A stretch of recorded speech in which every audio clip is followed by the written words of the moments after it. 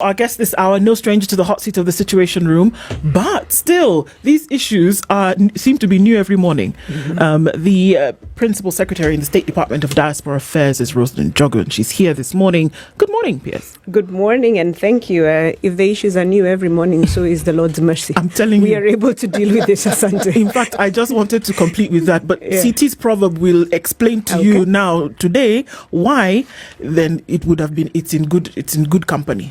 And when he says it, you will understand exactly what I'm saying. All right. So there he is with it, and then you help us interpret it, right? Okay. Yes, I'm not certain whether those who repeatedly pronounce this particular phrase got it from this proverb, or just that it's common. God is good. All the time. See? Precisely. you know, they say that's the way to, if an intruder goes into the house of a believer. Yes. And the believer is hiding under the kitchen sink. Yes. This is how the intruder finds them. He just needs to say, God is good. And you must say it. You will find yourself saying all the time, and then you're busted. It's finished. Yeah, the same would be like in a Muslim household. You just say, Assalamu alaikum. Automatically, alaikum salam. Yes. Well, this is the proverb. Okay. God is good, but never dance with the lion. Okay. Yeah. God is even wonderful. But dancing with the lion, not so wonderful. Yeah. Yes.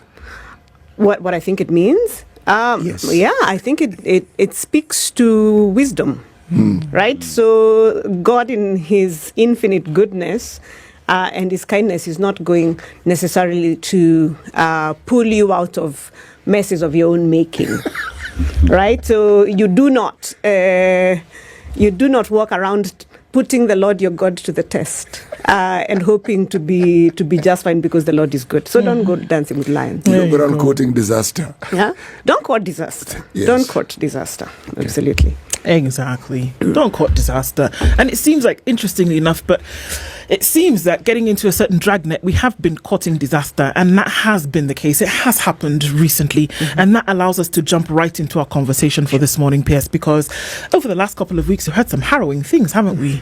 And this is against the backdrop of, Kenyans looking for an opportunity to work outside the country and have gone through the process, which in terms of their understanding, it's been the right process. Many of them not knowing, maybe, or not saying they're aware of what to do, finding themselves on the other side of, the world, literally, and that whatever was promised to them is not the case. Yeah.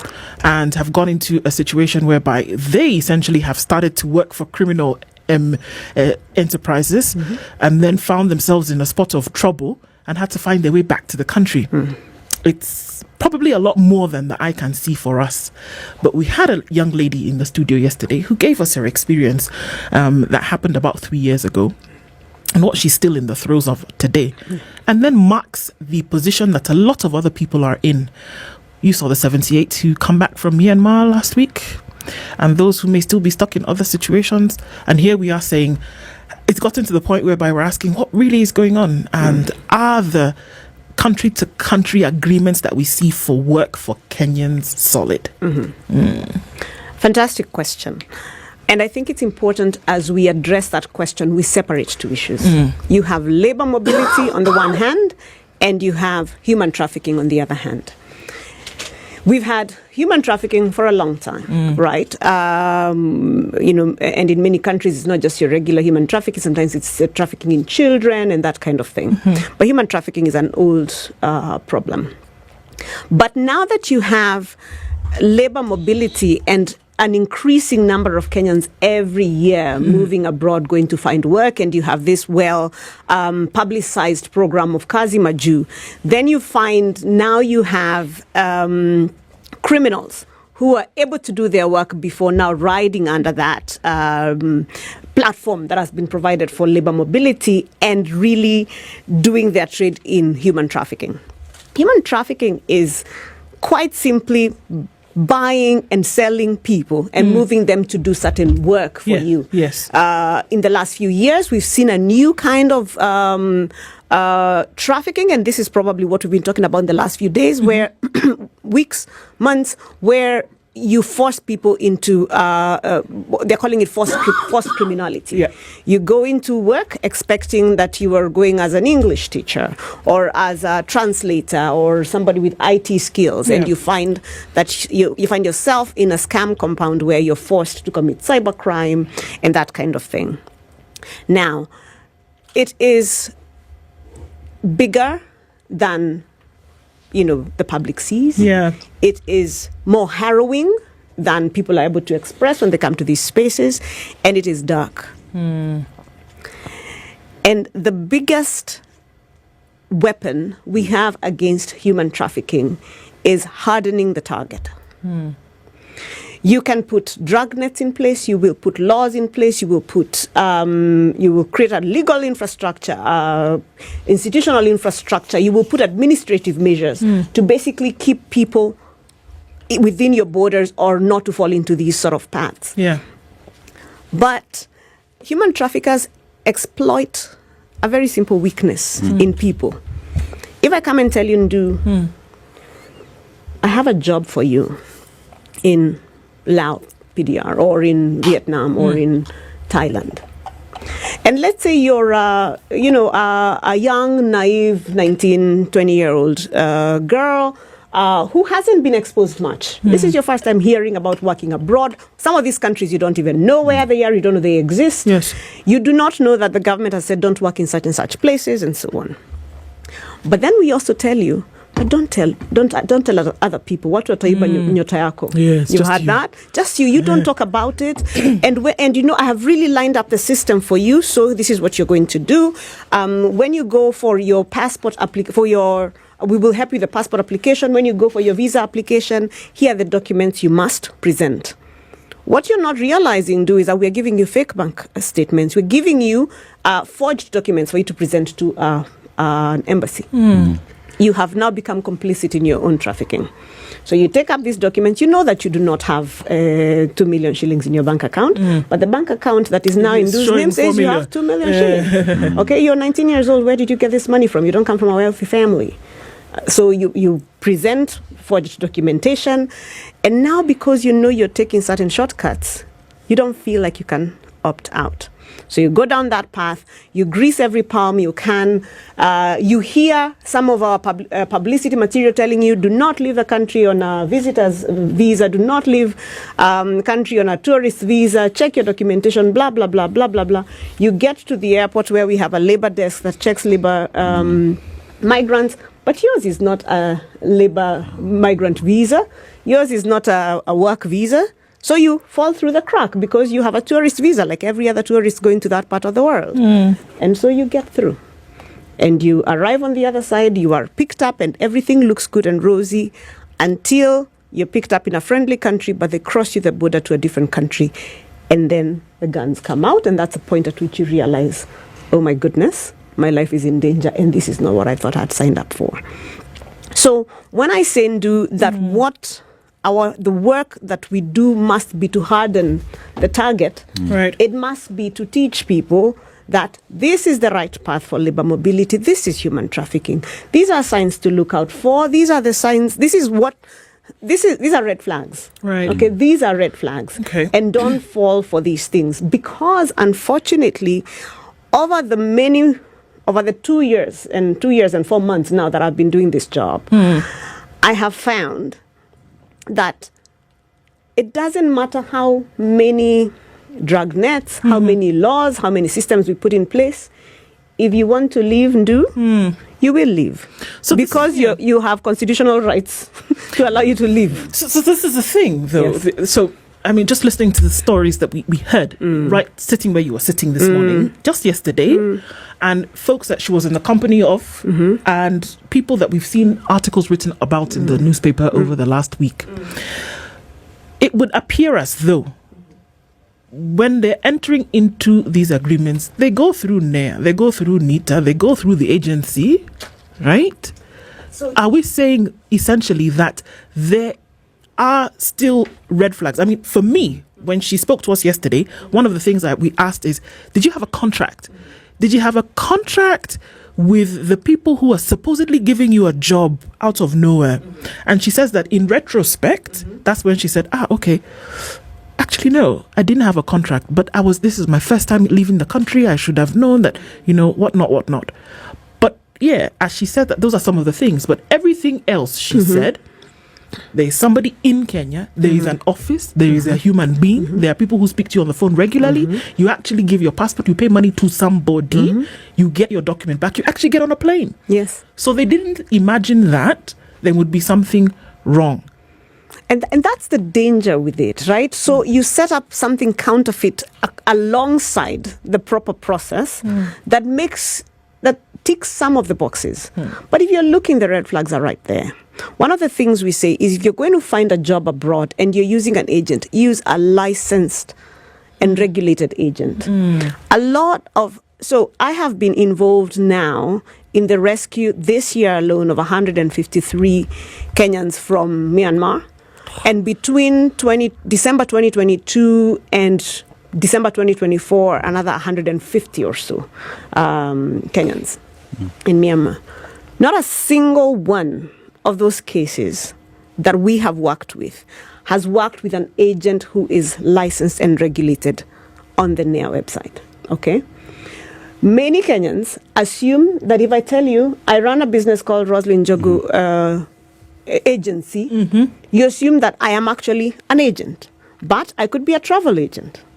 You had on the news the other day a number of Kenyans storming a travel agency where people had been, had lost money, found some fake jobs in Mauritius and had been taken to Mauritius and then had to be returned and so on and so forth.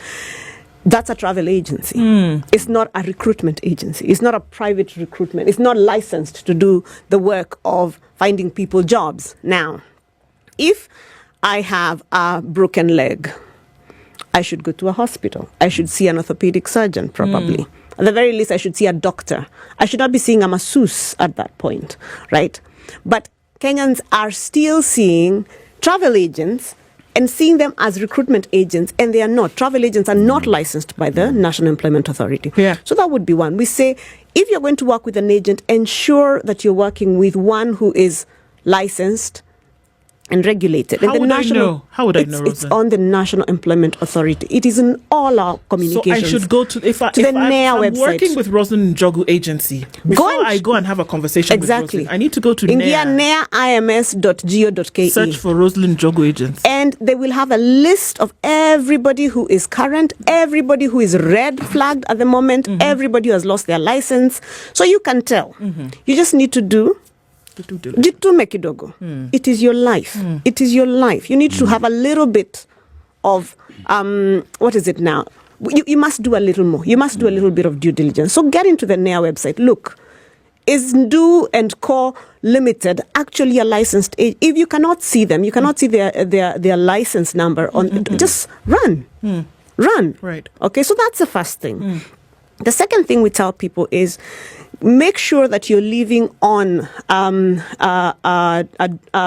the correct documentation. Okay. The minute someone tells you, I'll give you a tourist visa, but when you get to the other side, we will convert it into a worker's visa, run. It's a lie. Immediately. That is how we've ended up with a lot of people trafficked into Myanmar, into Thailand, into India. People assuming that they're actually going for work, but because it's easy to get a tourist visa. And you don't need to show that you actually have a job to get a tourist visa. So you go and you do this. So travel on the right documentation. Thirdly, check if this job actually exists. If this person is licensed by the National Employment Authority, the job is actually going to be listed on the NEA website, right?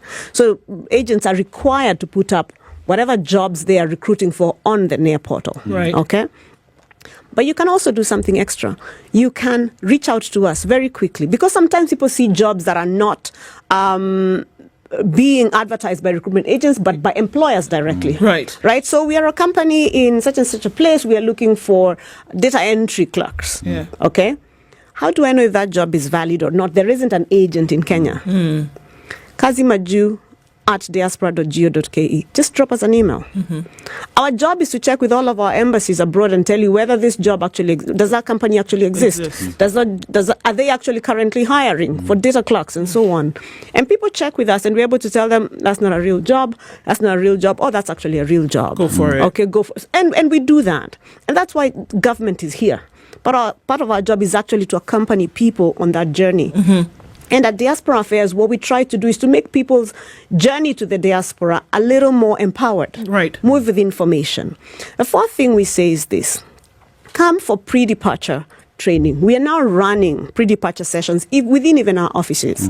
Okay, and now we will be doing it online so that anybody who is leaving for, let's say, Turkey in the next 1 month can actually log in and learn what we are saying about Turkey. What do you need to prepare? We have now prepared country-specific handbooks, right? So that if I am leaving for Turkey again, when I come for the pre-departure training, I can actually get a little handbook that tells me this is what I need to know about Turkey. These are the laws that I need to be aware about in Turkey. This is how you say hello, when you get there, and may I have a glass of water, and no, don't touch me, I don't want. Right? So important things, right? So we are doing all of these things, but the job seeker, the person who's looking to go abroad, has to partner with us.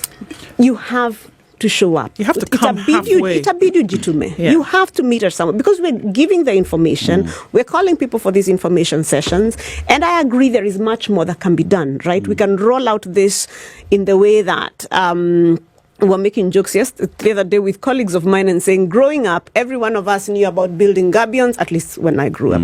Building gabions na mmomonyoko wa udongo. Right? So we want this information to get to that level of saturation where everybody sort of knows, because then you've hardened the target. Sure. Right. Yep. Can I ask you about this? Yes. So look at the 100, and how many was it this year? 153. 153. Last year was 100 and... No, between December 22 and 24, I think was another 150. So essentially we're looking at about 303 people. Plus. Right?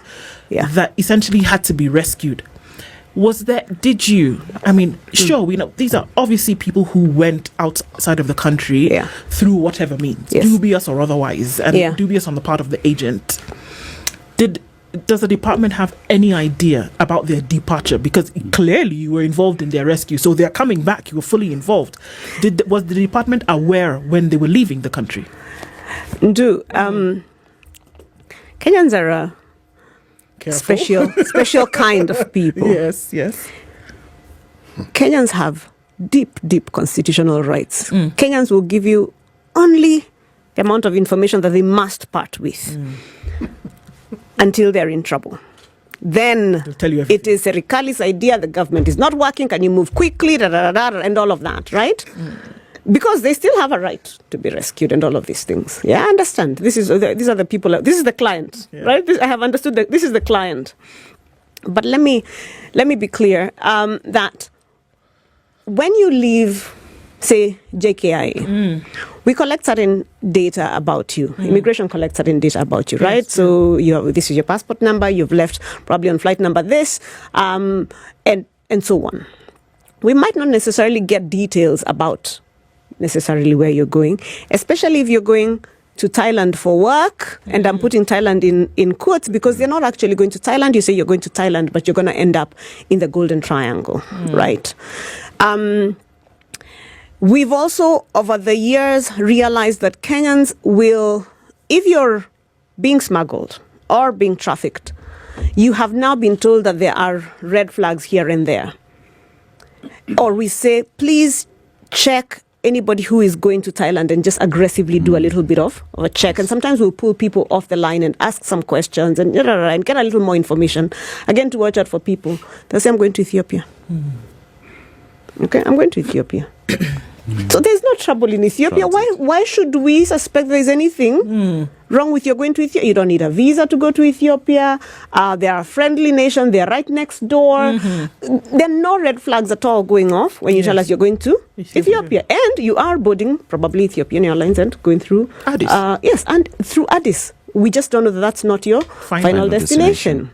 Sometimes we've seen, and this happened in the case of Lebanon, we would have Kenyans who would leave the country and tell us they're going to Dubai. And they hold a visa for Dubai, right? For the UAE. They will go to Dubai.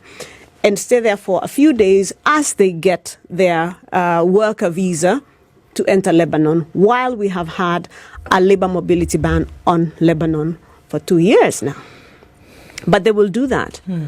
So, which is why I said the target of our interventions must be the people.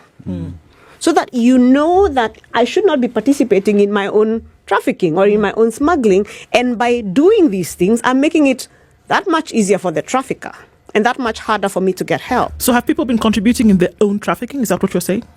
To a large extent, yes. And they probably are doing it unknowingly. Because we have managed to convince you that if I say I'm going to Thailand, wale watu wa immigration watakukazia. Don't do that. If you want an easy way out, you just say you're going to Ethiopia. And these young people believe it. There is an underlying issue here, though.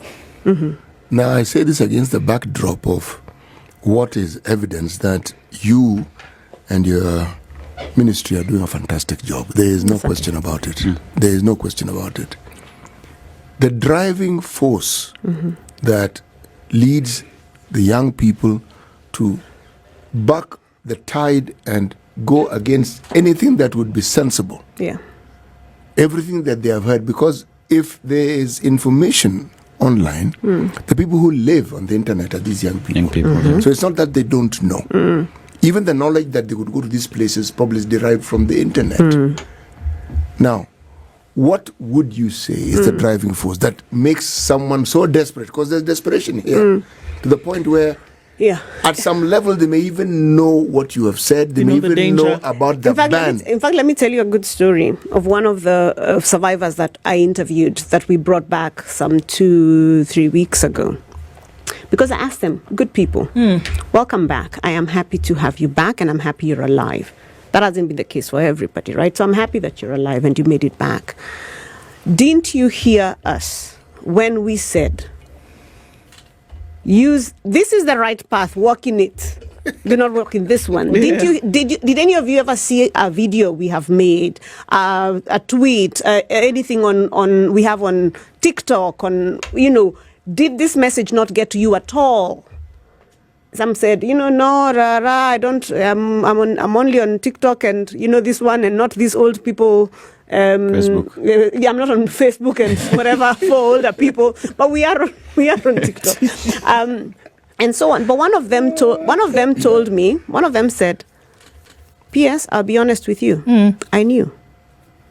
We knew, but I figured you guys must not be telling the truth." I figured you must not be telling the truth. So nikaona let me go see for myself. So there is something here that we need to understand about people. The other thing I was going to say is this. While people are taking up these fake jobs. Yes, on Saturday, one of the young people who came back called it kazi hewa, which I think is such an apt description of it. They're taking up these non-existent jobs. But on the National Employment Authority website, there are many opportunities that are yet to be taken up. That are solid. Yes. There are jobs constantly that are yet to be taken up. When we've done Kazi Maju fairs, as the State Department for Diaspora Affairs, sometimes we will come and tell people about opportunities, and often the verified and licensed agents will go back to Nairobi with those opportunities because they have not all been taken up. For some reason, Kenyans will not show up to these fairs, but will take up a job from a faceless stranger on Facebook or something that has been forwarded to them on WhatsApp. Okay, that before it's something we need to understand fundamentally. There's something that perhaps needs to be faced head on, and that is the trust quotient that the citizenry have with the government. It is not a pleasant discussion. But the people who perhaps feel that the government doesn't look after their interests the most are people who are young. Okay, I want you to hold on to that thought, CT. Let me hold on to that thought. Because it's a very important one, just to come into that, segue from that. Yeah. Because why? We have to look at why. Because we have 303 people who had to be rescued from the jaws of potential death, had to come back into the country, and you don't know that that's the entire number. There's probably still more. But why, when you have a government website which is giving you authentic jobs, you'd rather go into the lion's den. You're going to dance with the lion. Why? We're having a conversation this morning with the Principal Secretary in the Department of Diaspora Affairs, and it's 26 minutes to 10. We're going to come back and continue with this.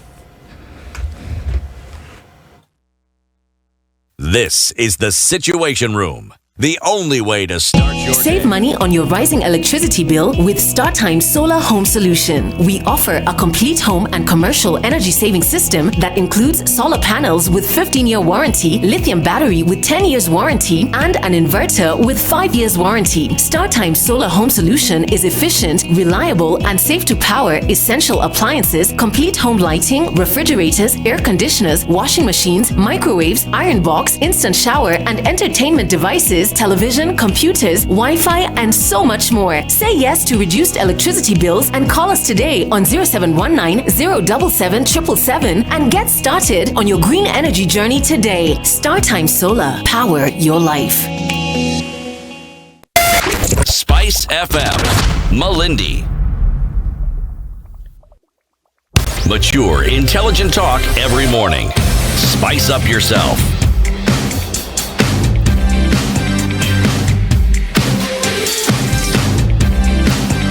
Mornings done right. 94.4 Spice FM, Nairobi. Njogu is the Principal Secretary in the State Department of Diaspora Affairs, and we're looking at, a number of those affairs this morning. The one that has gripped the nation by storm, really, is Kazi Ahewa. I think we're going to go with that. Kazi Ahewa. We're going to go with that because that's what it actually was. So, CT, coming in from the break, you're saying, you know what? The trust deficit from people to government has to be looked at when we're trying to figure out this particular issue. You see, the question is, how do young people in this country relate to their government? What do they understand the role of government to be? And what is it that they consume in terms of information regarding the government? And is there evidence for them to actually see and understand that their government works in their interest? The evidence exists. And it's plenty for somebody who cares to look at it. But what is it that they consume that influences their thinking? So that even when it is clear and there are people, young people, who have taken up opportunities and have benefited from them, there are those who still prefer what is clearly opaque. You see, it is because most of them usually get referrals from, I have a friend who's in Maju and they're doing well, so alintumia kitu, let me follow up with that and not care to go to the government website because the government did not take my friend who is in this place and working there. So it is a question of the trust deficit that you have with, including the fact that they're getting referrals from those who are outside. So how do we deal with that and ensure that at any given point, whether it's referrals, that they go through the government channels in ensuring that they are doing the right thing and the jobs indeed do exist. And that's important. And there is something there to explore in terms of sources of information and what people trust. Whether it comes from their friends, their family, testimonials, and that kind of thing. But let me say this about trust in government, trust and young people and how they feel about how they feel about government. I think they're willing to trust government to come and rescue them. Yes. Right? Yeah. So, if you're going to put your hands in the government to come and rescue you when a mafioso is electrocuting you, you better pick a path from the beginning.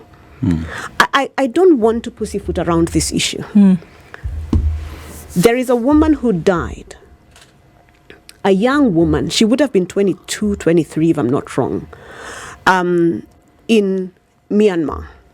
Why? She was one of the victims of the human trafficking, and things went south, and they were going to harvest her organs. Okay, and she died. There's a family somewhere that is grieving the death of this young woman. All of the 300 plus Kenyans who have come back will never be the same again. These are people who have been starved. These are people who have been electrocuted. These are people who have been beaten. These are people who've been kept in the dark for days. People have been tortured. This is not that I went and the job was hard. It is that I went and they refused to call me by my name, Roseline. They gave me another name, as if I am in prison, like a number. And I do not know all of your names because we all now have, made up names. These are people who have been. I have pictures that have been sent to me by the embassy that make me weep. You won't want to look at them again. People's flesh has come off. Their skin is beaten and broken because of what people have gone through in these camps. You do not wish this on your worst enemy. Ambassador Kiptines and I, Ambassador Kiptines is our balozi in Thailand, and I do not think we've ever shared a joke on. Well, the other day I told him he needs to start sending me jokes on WhatsApp because our conversations are so tense. And often it is, P.S., we have found these other ones. Please, can you mobilize resources quickly? How do we resolve these things? So this is not something you wish on your worst enemy. So I do not wish to pussyfoot around it. I want to be very clear. If you pick a path that is opaque, as Citi called it, to try and find a job abroad, you might end up being the victim of human trafficking. And you will have yourself to blame. While we will do everything to rescue you, it is, first of all, not the best use of our resources. We should be using that money to do bigger things for you. But we will come and rescue you if we can. This is but a question. We do not know if you will be that lucky. So the point I'm trying to make is this. If you're trying to find a job abroad, on our website, diaspora.go.ke, on all of our social media, we constantly give information about how to migrate safely. Use that information.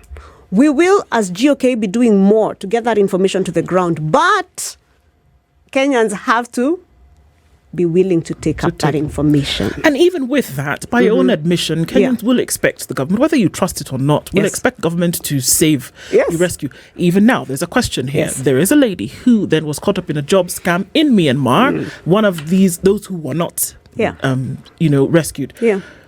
How are you going to help? That's the question right now. So and first of all, I feel terrible because the situation is bad. We still have some Kenyans in those camps. We know this. I know this. Balozi knows this. Our embassy in Thailand knows this. Once they can make contact with us and with our embassy in Thailand, then we begin the process of attempting to trace where they are. But please remember, Myanmar is a sovereign country. Our balozi is sitting in Thailand. I'm sitting in Nairobi. The areas where the scam and next time I must bring charts, for you to see. But the areas where the scam compounds are along the border of Thailand and Myanmar, along the Mysot border.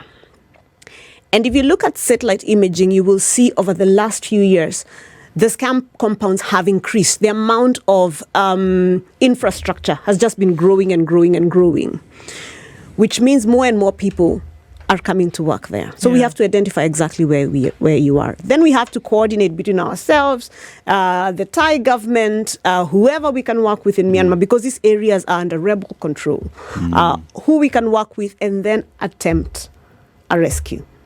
It was much easier for us to run evacuations out of Lebanon or out of Sudan or out of Israel and Gaza than it is for us to do this work. There's this quotient of desperation that the people who lure these young people seem to understand. Yes. They've understood the customer. Yes, and they've understood where to harvest this particular customer. And they've even understood how to message the bait so that it is something that you will bite and you will continue coming. The story we're told yesterday explains it. Before you cross over to the Golden Triangle, you're put up in a swanky hotel. You're picked up in a luxurious car and you feel buzz. I have arrived. Indeed you have. It's just that the opposite awaits you. The need to address not the circumstances, but the circumstances which lead to the thinking that our youth have with regards to what is the truth and what isn't about this government of theirs, because this is their government. There isn't another one. And perhaps what it is that they can do to change the circumstances they do not like. You see, if you're determined not to believe something, even when there's evidence that it is true, there's very little we can do for you. Yes. But on the other hand, there are people who perhaps haven't gotten an opportunity to actually understand these opportunities. So perhaps what is known, what is already being put out there, perhaps the question should be a portal where young people tell us how they would like us to communicate to them. Yeah. Because the efforts are being made, and perhaps that has already been done. But the consistency, okay, this is what we do. How would you like us to communicate? Because we can communicate in a way that we are satisfied, gets the message across. It does. But the person who receives the message, are they receiving what we intended them to receive? So I mean, I am in search of solutions like you. Yeah, I want to be coming here. The affairs, as Ndu said, the diaspora affairs that I want to be discussing when I come here. I want to be discussing how Kenyans are now taking up political office around the world. Okay, the affairs I want to be discussing here are how Kenyans are being honored by governments around the world for their exploits in science and academia. The affairs, sports. The affairs I want to be discussing here are what new businesses Kenyans are opening abroad, and those are the affairs I want to be discussing. These affairs of human trafficking, these affairs of distress, I want to discuss less and less of those. So I am happy to communicate with these young people where they want to hear, but they have to show up. Okay. They have to show up. One of the questions that's biting now is that we talk about registered agents, and some of them have then been deregistered, and then they come back on the website under a new name and under new accreditation. How do we deal with that? Park that. And then how do we also deal with issues that come up years later about turmoil that others have been through in other countries? The Gulf is still one of those big issues where there are stories of people having been brutalized, beaten to within inches of their life. How are we dealing with those? Okay, so those are two issues, and I'm looking at the time. I know. Okay, so those are two really important issues. The first one, let me say that there's a process for verification before you're licensed as an agent, and that process is run by the Ministry of Labour and the National Employment Authority, and the State Department for Diaspora Affairs has a seat at that table where we look at, past behavior and so on before we say whether you should be licensed or not. If you're a kind of person who's given us grief in the past in terms of your clients go to these places and you don't rescue, you don't do this, you've had offenses before, then we will usually put that before the vetting board, and that is going to go on the record, and likely you will not get your license and so on. So that's one of the ways to deal with that. Okay. Our law, company law is an interesting thing. Our law usually looks at the company as opposed to the individual. Right? So Ndu can have 5 companies, but we don't see Ndu, we see the various companies. That's how our law looks at it. The Philippines has an interesting model where if you lose your license as Ndu Limited, that company can never do that business again.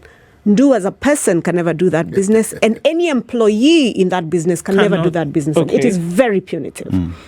Okay, so there is a conversation about whether that is the direction we should go. Now, let me pack that for now. We should. Okay. We should. Okay. Yeah. Sawa. That one I have had. Now, let me go to the next issue, which is distress that comes up. Over the weekend, there was an article that the New York Times published about distress among particularly, I think it was domestic workers within Saudi Arabia, Kenyan domestic workers within Saudi Arabia,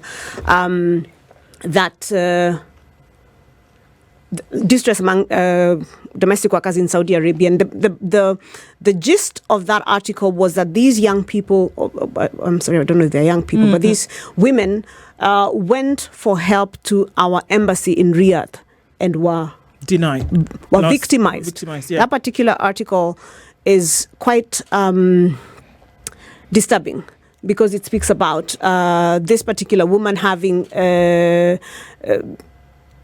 our embassy staff demanding sexual favors from her before they're able to help her and so on. Yeah. And my phone has been going off the entire weekend as people, forward this article to me and they say, have you seen this? What is the government doing? That is a favorite question of Kenyans. What is the government doing about it?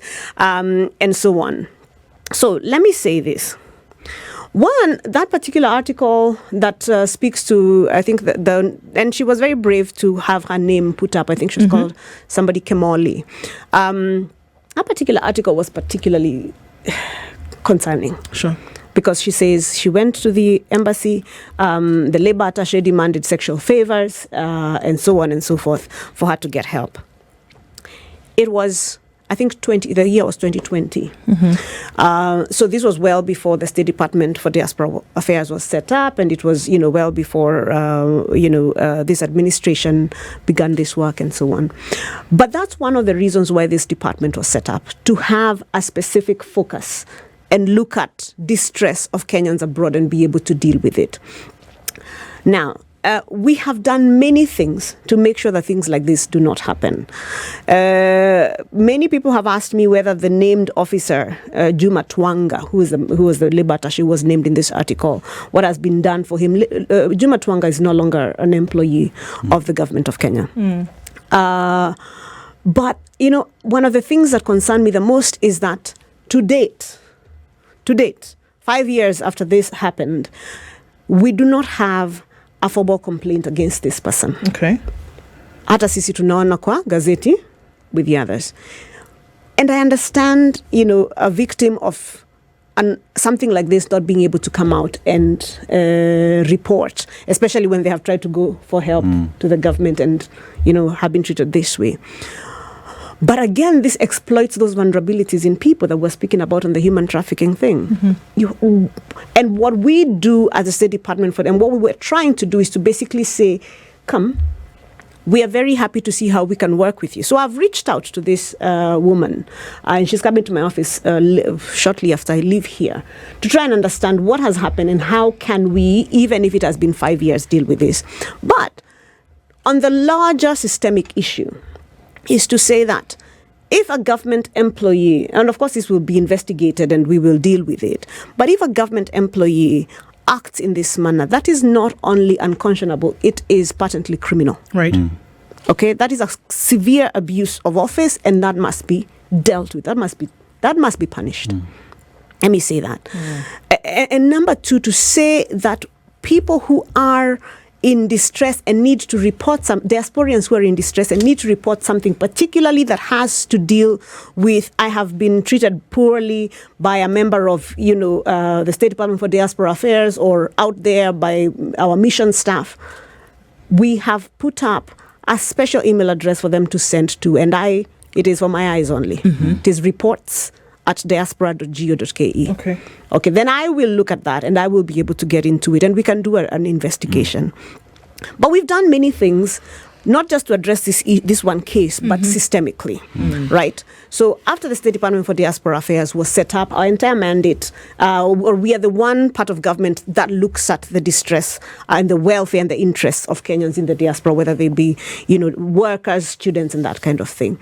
We have reached out using mobile consular services, right? So we have taken services to Kenyans in places where we don't have embassies or in cities that are closer to them, and we have served tens of thousands of Kenyans in this way in the last 2 years. As far as labor mobility is concerned, we have tried to rework our frameworks within which people move abroad. The BLAs have been renegotiated or are being renegotiated to increase welfare provisions. But beyond that, we are now trying to do more of migration and mobility partnership agreements, which are richer agreements. An example is what we have with Germany. There are an MOU that we have with Austria. Those are richer agreements that have more provisions around welfare rights, but also have provisions around social benefits portability, what happens when you retire abroad, how do you move your money, skills, knowledge, technology transfer, that kind of thing. So we are trying to move towards that richer more protective framework. At the multilateral level, within the AU system and within the UN system, we are, and you might know this, Kenya is a champion country on the Global Compact for migration, for safe, regular migration. And one of the things we discuss within that framework is how we can make mobility for all labor-sending countries, quote unquote, safer and better for our various citizens. We have set up a counseling center within the State Department for Diaspora Affairs that serves not just our diasporians when they're there, but their families here. Because very often it is families who come to us and say, we've not heard from our sister, we've not done this, we've not done the other. We've run evacuations, we do repatriations, we have a 24-hour hotline call center that people can call depending on what time it is, wherever they are, here in Nairobi for the State Department for Diaspora Affairs, where people can reach us and say, this is my kind of distress, and so on. We have now, in terms of documents, we have a mental health action plan, because we've realized one of the biggest problems for diaspora is actually mental health.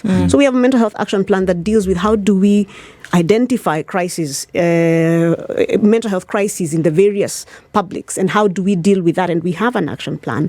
We've recently launched the Diaspora Policy 2024 that goes in-depth into dealing with some of the issues that we're talking about, including distress, including rescuing people, and so on. Many administrative measures, but one of the exciting things that we'll be seeing this year is also now the Diaspora Bill. We're now working on a law that sees how do we support all of these things. So there's much work that has been done and that we're continuing to do to protect Kenyans, and working with stakeholders such as the State Department for Labor and Skills Development on the global labor market strategy that tells us how do we protect Kenyans within mobility, how do we create regulation, how do we create policy, but also how do we facilitate Kenyans in this space. What sort of agreement did you sign with Saudi Arabia? A bilateral labor agreement. It's an old one. It's a 2013 agreement. And how do you upgrade it? So you're in with the process of renegotiating that agreement, because it's supposed to lapse every 5 years for that particular agreement.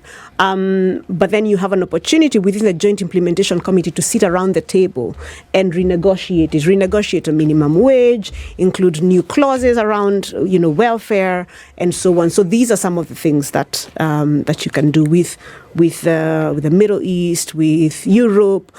One of the other things that we are doing also is just opening up new markets, right? Giving people options so that you can work in Saudi Arabia, or you can work in Austria, or you can work in Canada, or you can work in Kuwait, and so on. So opening up new markets, because what these agreements do then is that they give us a framework to work with the other government, particularly for the safety of our citizens in that country. Right. So yes, what I would just want to get in terms of clarity is because the young people leaving the country are leaving the country because of unemployment, job opportunities and whatnot. But the government is coming in to offer these solutions for them. And one of the reasons why they leave is because, again, we've talked about the trust conscience that is out there. But how do we ensure that the young people trust what the government is saying? That's a good question. Let me say this before I say that. Let me say this. We must always see labor mobility within the broader framework of all of the work we are doing in addressing unemployment. Right? The plan is kazi kwa ground, kazi kwa mtandao, kazi majuu, in that order. Right? First and foremost, we want people to work here at home. Then we want people to work online, right? Remotely. Again, that is still here, but sort of different. And then labor mobility, right? And that is the third sort of step in that journey. So I only kick in while we've done kazi kwa ground na kazi kwa mtandao, and then labor mobility, and that is good and it's important. And the benefits of labor mobility are well established. You don't even have to get into the stories of remittances and so on. The question of trust is like a marriage. It's like a dating relationship. It has to be built slowly. But if you and I are married today, and you decide, this woman, vila ananiangalianga, I really do not, So, but we must work at it. You must actually look and see, when as a diasporian I was distressed, did the government come for me? For me. Yes. When I was stuck in Lebanon and there was no way to get home when the bombs started flying, did the government come for me? Yes. When I am living abroad and I have my children and they need birth certificates, does the government make it easy for me to get their documentation? Yes. Consistently, we are building trust. And I will tell you this, that with Kenyans in the diaspora, we have built a lot of trust. Because we have consistently delivered. We've consistently engaged. We've consistently delivered services, and that relationship is doing well. I think that's, sad that we have to stop at this point because there's too many questions. Let's use this as an opportunity to have you back in the seat again, and let's do it for longer because there's too many questions. There's too much clarification that is required. So let's do that. I'd like to do that. Let's agree to do that. Yeah. But let's also thank you at this point for coming. Roseline Kathure Njogu is the PS in the Department of Diaspora Affairs, and she's been here this morning as our guest. Thank you so much. This is the Situation Room, the only way to start your day.